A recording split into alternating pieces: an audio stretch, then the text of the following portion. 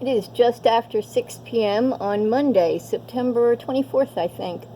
Looking out my front window south to Bell Lake.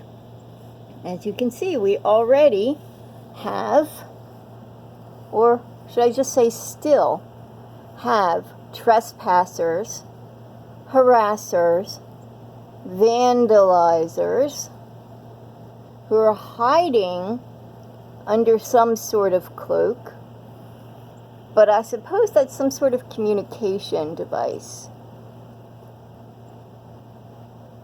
There's a location or a communication, because I know that our security cameras make that, or at least have that purple color.